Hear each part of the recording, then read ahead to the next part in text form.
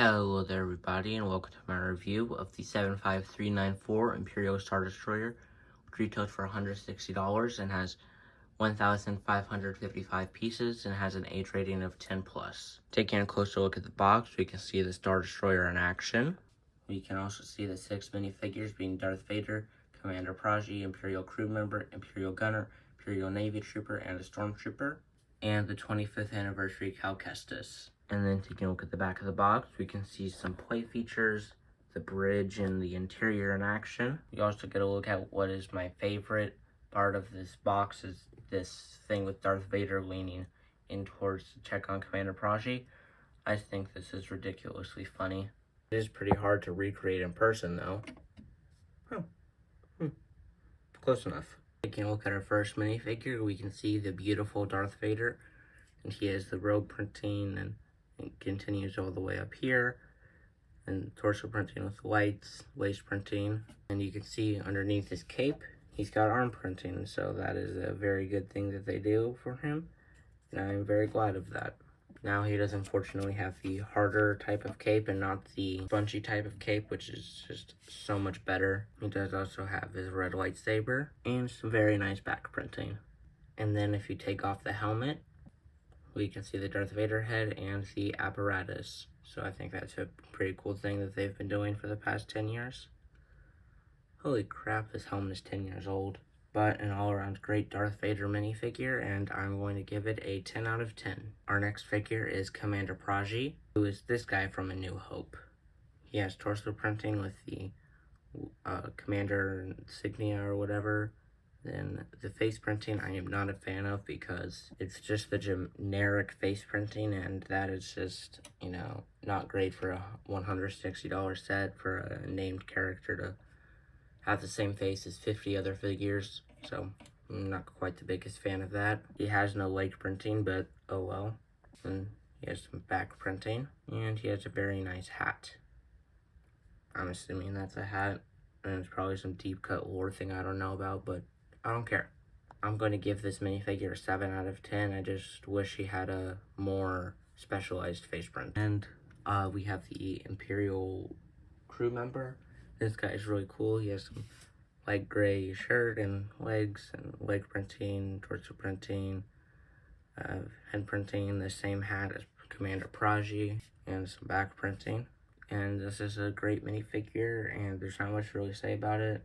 He doesn't include a blaster, but that's not a huge deal. I'm going to give him a 10 out of 10. Our next figure is the Imperial Stormtrooper, who has leg printing, torso printing, a blaster, back printing, and the Family Guy Stormtrooper helmet. And if you take off the helmet, you can see they gave her a specialized head, which I think is cool, but personally I think Stormtroopers should just have the generic black head instead of specialized heads in it. It does save Lego money, so I don't know why they don't do it. But a great figure all around except for the helmet, so I'm going to give it an 8 out of 10. Here we have the Imperial Navy Trooper, and he has no leg printing, but he doesn't need it. Torso printing, this really cool specialized headpiece. And then the face, he has two-sided face actually, which I just think that's really funny considering a lot of the shortcuts Lego's been taking with Star Wars recently. I just think it's funny that they gave him two faces for a, I wouldn't say a throwaway figure, but a figure that doesn't need two faces. He does also have back printing, but this is a great minifigure all around, and I'm going to give it a 10 out of 10 just because of how awesome it is. Our last real minifigure that would have been included in the set if it wasn't an anniversary figure is the Imperial Gunner. This guy's really cool. He has some nice leg printing, some nice torso printing, a really cool helmet with these red and blue dots. I know they've been doing it for a long time, but that's just really cool that they do that. It does also have back printing. It does also have a pistol. And this is what she looks like without her helmet on. But an all-around great minifigure, and I'm going to give it another 10 out of 10. This set also includes a mouse droid, so that's pretty cool. And this set does include one anniversary minifigure being Cal Kestis, and this is just a great minifigure all around. He is missing the poncho, but in the game he's not always wearing the poncho, so I'm going to let that one slide. He does include a blue lightsaber, really nice torso printing, leg printing, face printing, some nice orange hair, some nice back printing, and he does also have one glove and one ungloved hand, so that's awesome. But this figure is missing something, being BD1. Also, I know I have the wrong BD unit there, but I don't care. This is just such a necessary inclusion for Cal Kestis, because BD1 is always with him in the games. And heck, Princess Leia got her droid that's bigger and has more pieces, so I would assume that's more expensive for LEGO than including BD1. So that was pretty lazy on their end, and I do wish they had included BD1, but obviously, not much we can do, except LEGO has made a BD1 figure before, so you could go on Bricklink and order it, except LEGO owns Bricklink. So that means you're giving more money to LEGO, and do you think they did that on purpose or not? It could be, it could not be, who knows? And that's one of the reasons I prefer Brick Owl, because LEGO probably doesn't own them. But no matter what, this is still a great minifigure, and I'm going to give it a 10 out of 10. This is a great minifigure selection, but I feel like it's missing something. I think it should have another Stormtrooper and Grand Moff Tarkin. I think that would have really made the set feel more worth it for $160. But still an all-around great minifigure selection, and as a selection as a whole, I'm going to give it an 8 out of 10. Now taking a look at the Star Destroyer. This thing is smaller than the other two, not including UCS versions. But honestly, it is bigger in person than I was expecting, and I'm very glad of that. Which is weird because I've seen this set in person and it's still bigger than I was expecting. Who knows? But yeah, let's take a look at the exterior now. Right here is probably what's my favorite play feature in this set, and that is right here. You can see this thing. If you pull on it, it moves the cannons. And this is really fun to play with. Now, if you do angle the cannons this way, there will be a gap right there. But, you know, that's such a, nobody's gonna notice that, so it doesn't really matter. Now, something I didn't know is that they use clear pieces all throughout the set. And I just think that that's pretty cool to represent the small windows on the shipping universe.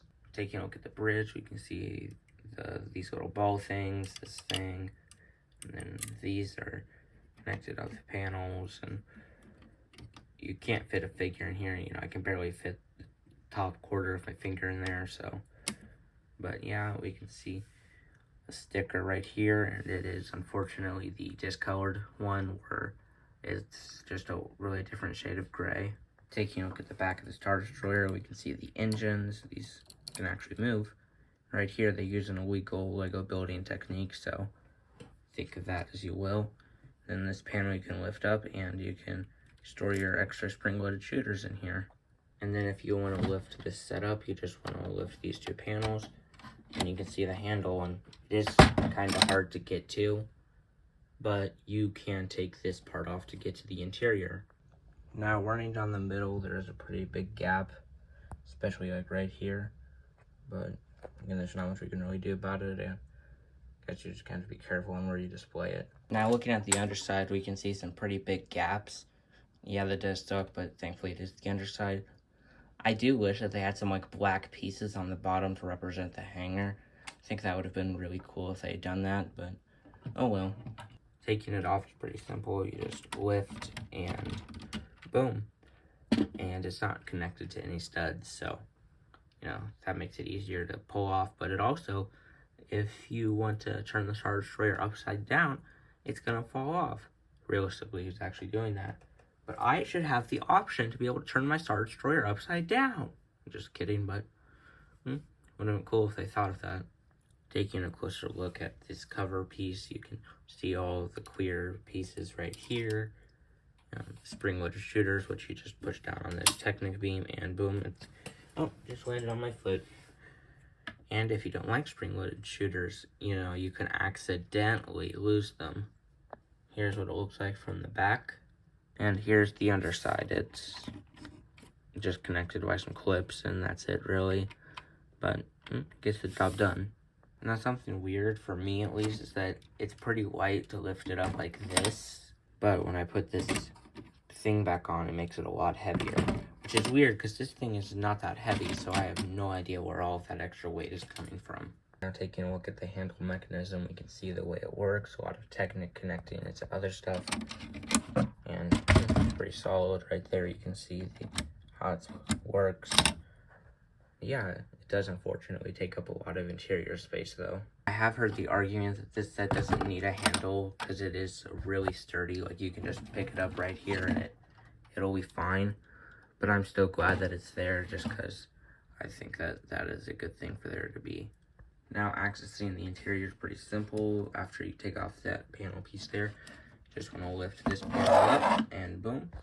Do the same on the other side. That's the best we're going to get in for a shelf. But yeah, for some reason, before I got this set, I thought that this bottom panel was going to stay up and this one was just going to fold all the way down. But yeah, thinking back, that doesn't make too much sense. Now, let's start at the front, and here's the bridge, and right here you can see where the figures will go there, and you can see some panels there, and then this is hard to angle, but you can see some stickers there for control panels. This is pretty cool, and right here you can see like the bridge walkway. And this just, I don't know, it just feels incomplete to me, but it just kind of looks off personally. You can put a figure there, but you can't close the Star Destroyer around them. There are also these panels, so those look cool. Now taking a look at the back right here, we can see the control panel and needle, and in this little container right here, you can see some Bacta, so that's nice. So I would assume this is some kind of med bay. Also, this is where the mouse droid goes. And then right here, we can see some little display with some ships. I would assume these are Rebel ships, and this is the Star Destroyer and some other ships where you can put some figures around it to watch the battle. So that's pretty cool. And then right here, you can see some more like panels, and you see a Star Destroyer's engine is taking some damage. Some scans for a TIE fighter, some more panels, and there's plenty of space to put minifigures. Right here is a little armory area. There's not much really going on other than holding some guns, but it's so cool. Now going to the other side, we can see some crates right here, and I completely forgot what's in them, so let's do an unboxing video. So within our first crate is binoculars, and in the second crate is thermal detonators. And right here is a little space for a minifigure to sit down, and then there's a clip for their blaster, and then a control panel piece, which I have no idea what that would actually be in universe, and a mug. There might be something else that's supposed to go in that last head, but I don't remember if I lost it. But I do think there could have been potential here for something kind of funny. I don't know what it could have been, but it still would have been cool. Like maybe something like a panel that says Death Star was just blown up, but oh well. And there's plenty of space for your minifigures. But taking like a backed away look at the interior, it's just very lackluster in my opinion. It is just way too small for a Star Destroyer. There's just not enough going on compared to the last two. I mean, just look at all this space. I mean, you have enough space for, you know, enough minifigures in this set and probably some more around your collection. But still, this interior is just way too small. But now it's time for my final thoughts on this set. And I do really like this set, and although I don't think it's worth $160, so I'm just glad I got it on sale for $110, because I think that is a really good price for this set, and I think this set should have been $140 max.